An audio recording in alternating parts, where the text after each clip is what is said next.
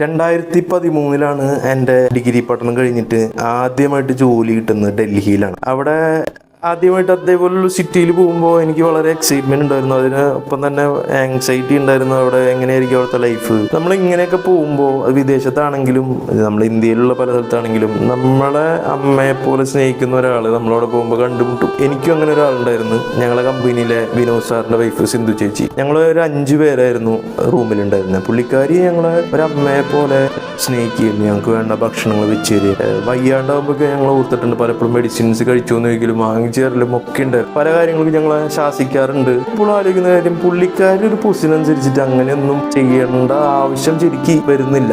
ഞങ്ങളൊരു മക്കളെ പോലെയാണ് പുള്ളിക്കാരി സ്നേഹിച്ചിരുന്നത്. ആൾക്കാർ എങ്ങനെയാണ് മറ്റുള്ളവരുടെ ജീവിതത്തിൽ വെളിച്ചം പകരാൻ വേണ്ടി മാത്രം ജീവിക്കുന്ന ആൾക്കാരാണ്. ചേച്ചി ഇതൊന്നും ഓർക്കണ്ടോന്നറിയില്ല. ഡൽഹി എന്ന് പറയുമ്പോൾ എനിക്ക് സത്യം പറഞ്ഞ ഏറ്റവും ഇമോഷണലായിട്ട് കണക്റ്റ് ആയിട്ട് നിൽക്കുന്ന ഒരു കാര്യവും ഇത് തന്നെയാണ്.